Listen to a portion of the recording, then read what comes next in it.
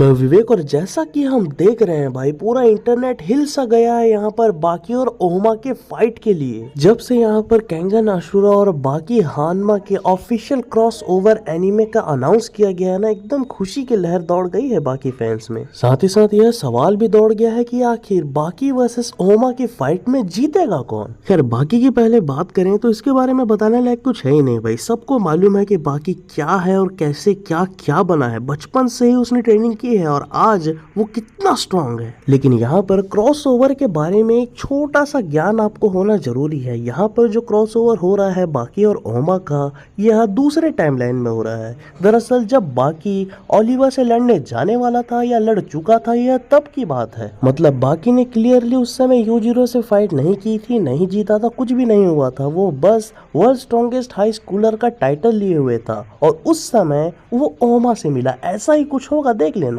बाकी को तो हम सब जानते ही हैं, वो एकदम ताकत के पीक पर है और वो एकदम स्ट्रॉन्गेस्ट है। लेकिन यहाँ पर ओमा के बारे में हमें थोड़ा सा जरूर जानना होगा, जो कि मैं अभी बताऊंगा। ओमा के बचपन के बारे में देखा जाए तो यहाँ पर ओमा एकदम मतलब 11-12 साल की उम्र से अजीब सा बच्चा था। एकदम स्लम्स में वो रहता था, पूरी सिटी डिस्ट्रॉय टाइप की थी, एकदम गरीबी में वो जीता था। उसके माँ बाप का भी कोई पता नहीं था। हालातों ने उसे गुस्सैल, चिड़चिड़ा और मार काट करने वाला बना दिया था। लेकिन उसकी जिंदगी तब बदली जब उसके जिंदगी में निको टोकीटा आए। बेसिकली उन्होंने ओमा के पोटेंशियल को समझकर उसे अडॉप्ट कर लिया, हम कह सकते हैं। उसे अपने साथ वो ट्रेनिंग कराने लगे। अपने निको स्टाइल मार्शल आर्ट्स का उसे सक्सेसर बनाना चाहते थे वो। यहाँ तक कि जो ओमा टोकीटा नाम है वो भी निको टोकीटा ने ही ओमा को दिया है। यहाँ पर अब उसकी जिंदगी थोड़ी अच्छी हो जाती है और ओमा जो है फाइनली ट्रेनिंग करने लगता है और एकदम से सक्सेसर बनने की राह में निकल पड़ता है। और यहाँ पर अगर ओमा के फाइटिंग स्टाइल की बात करें तो निको स्टाइल के साथ साथ वो कुरे क्लैन स्टाइल भी यूज करता है। यहाँ पर जब रायान से वो लड़ा था और उसकी बहन को उससे प्यार हो गया था, तो इस चक्कर में आगे चल के उसने यह भी स्टाइल यूज किया हुआ है। अपने नॉर्मल निको स्टाइल से तो वो लड़ता ही है, साथ ही साथ एक बार एक मैच में उसने शिलो स्टाइल को यूज किया था, जो कि कुरे क्लैन का ऑफिशियल है। खैर ये थी थोड़ी सी बैक स्टोरी ओमा की। और यहाँ पर अगर बात करें तो उसके पास 2 फाइटिंग स्टाइल है, अच्छा खासा एक्सपीरियंस है। उसकी उम्र लगभग 28 साल बताई गई है क्रिएटर के द्वारा। और साथ ही साथ बाकी की बात करें तो वो तो 18 का बच्चा है और बाकी खासकर मिक्स मार्शल आर्ट्स ही यूज करता है। इसके अलावा उसकी कोई और फाइटिंग स्टाइल नहीं है। क्योंकि ओमा को ज्यादा एक्सपीरियंस है फाइटिंग का, तो इस चक्कर में उसे 1 पॉइंट मिलता है। अब यहाँ पर बात कर लेते हैं ड्यूरेबिलिटी की। अगर ड्यूरेबिलिटी की बात करें तो यहाँ पर ओमा हार रहा है। ऐसा इसलिए मैं कह रहा हूँ क्योंकि छोटे लेवल का फाइटर भी उसे अच्छा खासा चोटिल कर चुका है। जब इमाए कॉस्मो से वो लड़ रहा था, जो चोटें उसे लगी थी वो सच में देखने लायक है। बाकी को चोट नहीं लगती ऐसी बात नहीं है, उसे भी चोट लगती है। लेकिन जब वर्ल्ड स्ट्रॉन्गेस्ट क्रीचर उसे मारे तब जाकर लगती है। तो इसलिए ड्यूरेबिलिटी में यहाँ पर बाकी को 1 पॉइंट। अब अगर स्टेमिना की बात करें तो दोनों ही कई समय तक, कई घंटे तक बिना रुके लड़ सकते हैं। तो यहाँ पर स्टेमिना तो दोनों का ही लगभग सेम है। तो यहाँ पर दोनों को ही स्टेमिना के 1-1 पॉइंट मिलते हैं। अब बात कर लेते हैं बाहुबल की। स्ट्रेंथ, पावर, कुछ भी बोल सकते हो। स्ट्रेंथ मतलब यह नहीं कि कोई कार को उठा के पटक रहे हैं ये लोग, इस तरीके का स्ट्रेंथ की मारने पर सामने वाले को जोर की चोट आए। अब यहाँ पर ओमा के बारे में देखा जाए तो स्ट्रेंथ के लिए सबसे बेस्ट उसका एक फाइट है, वो है रायान से। रायान से जब वो लड़ रहा था तो दोनों की ताकत लगभग सेम थी। तो यहाँ पर जब वो लोग एक दूसरे को पीटे जा रहे थे तो ओमा को भी सेम डैमेज हुआ था और रायान को भी।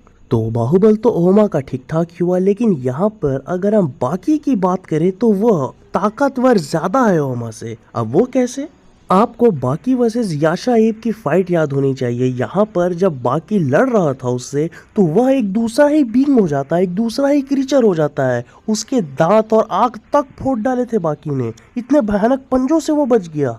तो इसलिए यहाँ पर 1 पॉइंट बाकी को। जब यहाँ 2 फाइटर्स लड़ेंगे तो दांत, हड्डी वगैरह सब टूटना फूटना तो नॉर्मल सी बात हो गई ना। लेकिन यहाँ पर बाकी एक अलग ही क्रीचर से लड़ रहा था और उसके दांत और आंख फोड़ डाले थे बाकी ने। मतलब ताकत यहाँ पर क्लियरली बाकी की ज्यादा है। अब बात कर लेते हैं यहाँ पर थोड़े अलग सुपर नेचुरल पावर्स की, जो कि दोनों ही फाइटर के पास भरपूर है। यहाँ पर मतलब एकदम ट्रांसफॉर्मेशन की बात हो जा रही है, एकदम अलग पर्सन ही बना देता है उनका ये ट्रांसफॉर्मेशन उन्हें। यहाँ पर ओमा को तो अशुरा नाम से बुलाया जाता है, जो कि इंडियन वर्ड असुर से लिया गया है।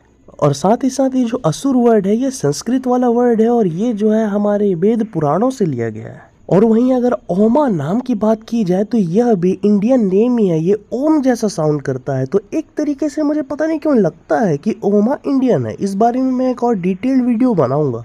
अब अगर ओमा के असुर ट्रांसफॉर्मेशन की बात करें तो यहाँ पर उसका दिल बहुत जोरों से धड़कने लगता है, पूरा खून उसके शरीर में तेजी से दौड़ने लगता है, वो एकदम अग्रेसिव हो जाता है, उसकी ताकत बढ़ जाती है, ड्यूरेबिलिटी, स्टैमिना, हर चीज बढ़ जाती है। और वहीं पर अगर ऐसे ट्रांसफॉर्मेशन जैसी चीजों की बात की जाए तो बाकी के लिए अलग अलग मायने हैं इसके। पहले तो उसका डीमन बैक, उसका डीमन ब्रेन, दोनों ही अपने अपने जगह अलग ही काम करते हैं, लेकिन जब डीमन बैक जागता है तो वो बदल जाता है। प्लस बाकी का मन जब एक अलग लेवल पे चला जाता है तब वो पानी वाली टेक्निक इस्तेमाल करता है, अपने पूरे शरीर को हल्का करके कॉकरोच डैश उसने इन्वेंट कर डाला था। तो यहाँ पर अगर वो मूव या ट्रांसफॉर्मेशन कह सकते हैं ओमा के खिलाफ वो यूज करता है तो बिल्कुल उसे एडवांटेज मिलेगा। Demon back simply adrenaline move है। इसमें होता यह है कि बाकी की भी वैसी ही शक्तियां बढ़ जाती हैं, स्टैमिना, शक्ति वगैरह सब बढ़ जाती है, तो यहाँ पर बाकी भी अच्छे से फोकस कर पाता है। प्लस उसका डीमन ब्रेन जो है वो तो प्लस पॉइंट है उसके लिए हमेशा से।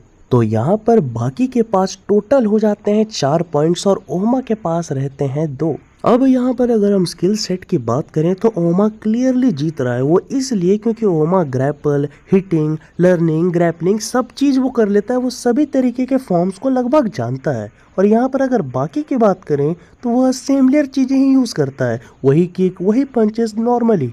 अब यहाँ पर अगर ओमा की बात करें तो स्किल के लिए उसे एक और नंबर, एक और पॉइंट मिल जाता है, लेकिन यहाँ पर फाइनल चार्ट की बात करें तो बाकी के पास नंबर आते हैं 4 और ओमा के पास आते हैं सिर्फ 3।